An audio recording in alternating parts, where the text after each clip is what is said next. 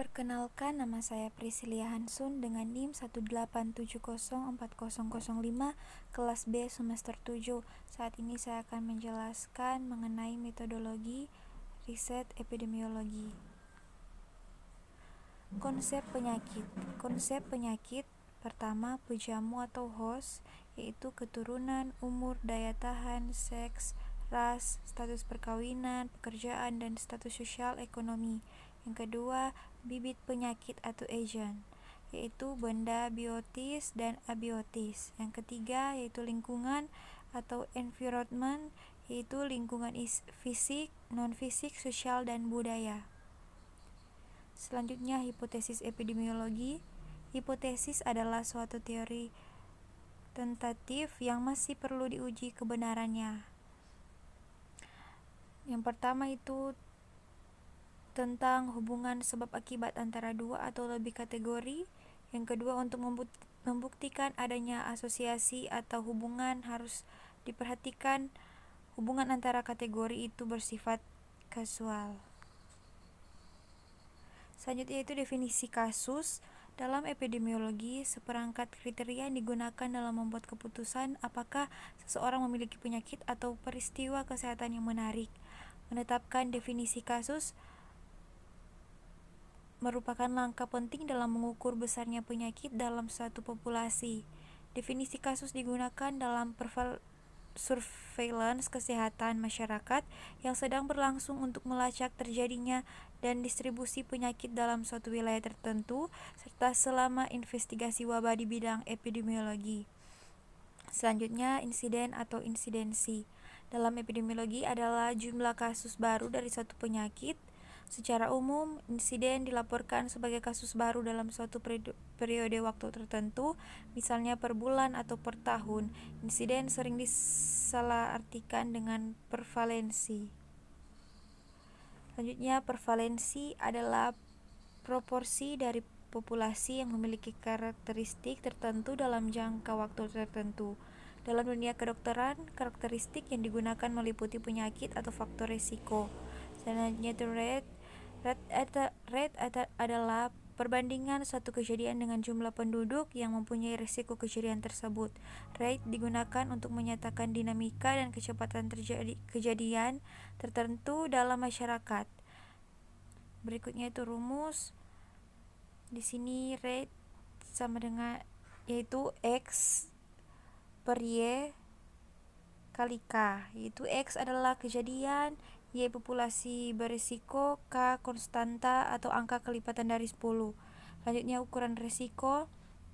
Risiko dapat diartikan sebagai derajat ketidakpastian risiko sama dengan 0. Ada kepastian suatu peristiwa tidak akan terjadi risiko 1. Terdapat kepastian bahwa suatu peristiwa pasti akan terjadi. Besarnya risiko untuk terkena penyakit dapat dibandingkan dengan menghitung besarnya insidensi suatu penyakit antara orang yang terpapar dengan faktor penyebab penyakit tersebut dengan yang tidak terpapar. Selanjutnya, ukuran asosiasi ODDS adalah ukuran asosiasi paparan atau faktor risiko dengan kejadian penyakit, dihitung dari angka kejadian penyakit pada kelompok berisiko atau terpapar faktor risiko dibanding angka kejadian penyakit pada kelompok yang tidak berisiko atau tidak terpapar faktor risiko. Selanjutnya, ukuran rate dan risk ratio adalah rasio probabilitas hasil dalam kelompok yang terpapar dengan probabilitas hasil dalam kelompok yang tidak terpapar. Di sini ada rumus, yaitu RR adalah risiko relatif, IE kejadian intervensi, IN non kejadian intervensi, CE kejadian kontrol, dan CN sama non kejadian kontrol. Selanjutnya, perbedaan risk dan rate. Risk adalah untuk penelitian yang meneliti infeksi luka setelah appendektomi insidental. Risiko infeksi luka pada setiap kelompok paparan diperkirakan dari insiden kumulatif. Rate terkait erat dengan risiko-risiko tetapi rasio tersebut dihitung sebagai rasio indikator anotasi teks. Rasio insiden dalam kelompok yang terpapar dibagi dengan rasio kejadian pada kelompok pembanding yang tidak terpapar atau kurang terpapar. Selanjutnya, desain studi. Pertama, studi ekologi. Studi epidemiologi dengan populasi sebagai unit analisis yang bertujuan mendeskripsikan hubungan korelatif antara penyakit dan faktor-faktor yang diminati peneliti. Faktor-faktor tersebut misalnya umur, bulan, obat-obatan. Unit observasi dan unit analisis pada studi ini adalah kelompok atau agregat individu, komunitas atau populasi yang lebih besar. Selanjutnya, yang kedua itu cross-sectional adalah suatu penelitian untuk mempelajari dinamika kolerasi antara faktor-faktor resiko dengan efek dengan cara pendekatan observasional atau pengumpulan data.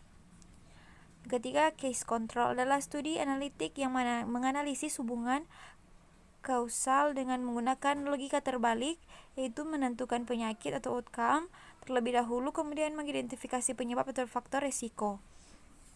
Selanjutnya, studi kohort adalah studi observasional yang mempelajari hubungan antara paparan dan penyakit dengan memilih 2 atau lebih kelompok studi berdasarkan status paparan, kemudian diikuti atau di follow up sehingga periode tertentu sehingga dapat diidentifikasi dan dihitung besarnya kejadian penyakit.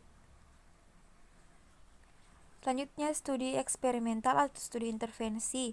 Studi yang membandingkan data dari sekelompok manusia atau objek yang dengan sengaja diberikan tindakan atau intervensi tertentu dengan kelompok lain yang sama tapi tidak dilakukan intervensi apapun. Selanjutnya, community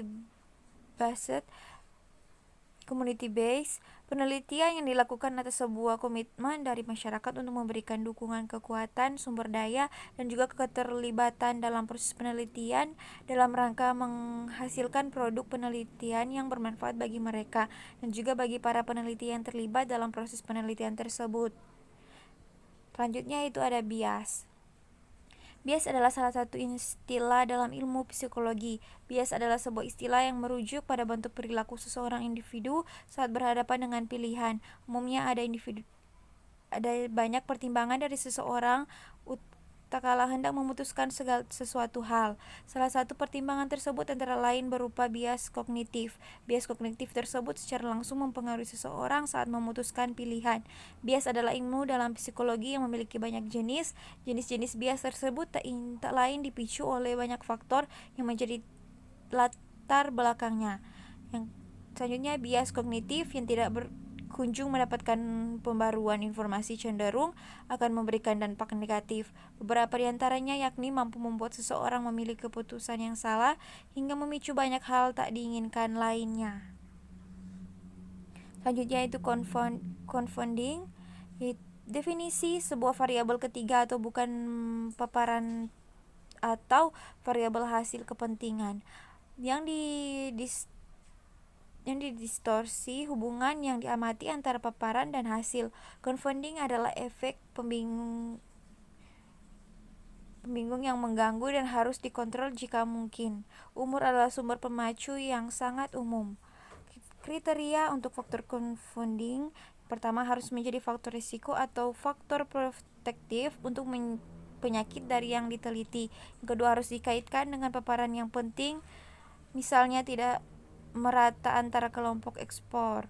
Yang ketiga, harus tidak menjadi langkah menengah dalam jalur kausal antara paparan dan hasil.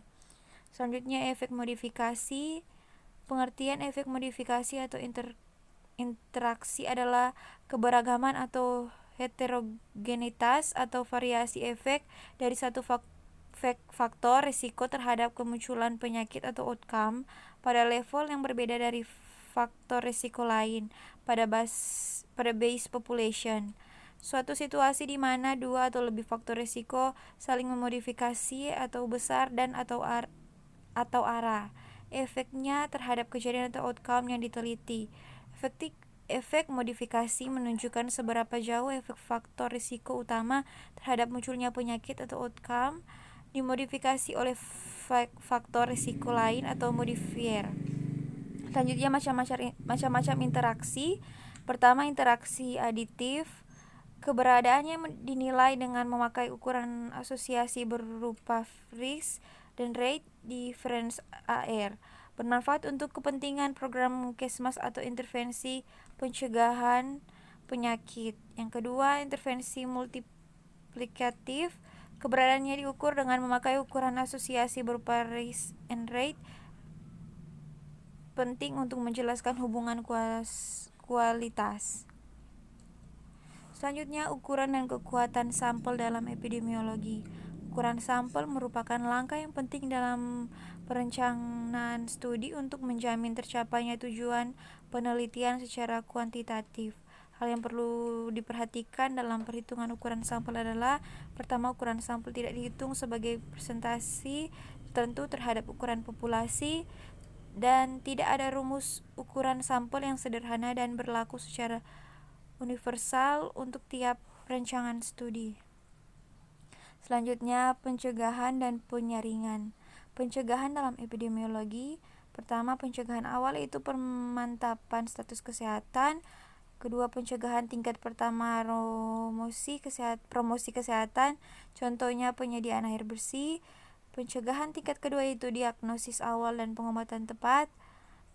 Pencegahan tingkat ketiga yaitu rehabilitas, contohnya rehabilitasi fisik dengan memberikan alat bantu.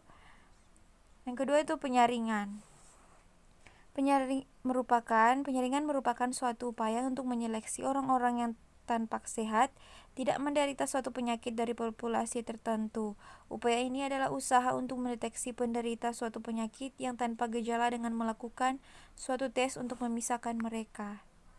Selanjutnya, epidemiologi molekuler merupakan cabang epidemiologi yang mempelajari kontribusi faktor resiko genetik dan lingkungan yang diidentifikasi pada level molekuler dan biokimia terhadap etiologi, distribusi, dan pengendalian penyakit pada keluarga-keluarga dan populasi-populasi. Kesenjangan kesehatan adalah kesenjangan dalam hasil kesehatan atau akses kesehatan di antara populasi yang berbeda. Terima kasih.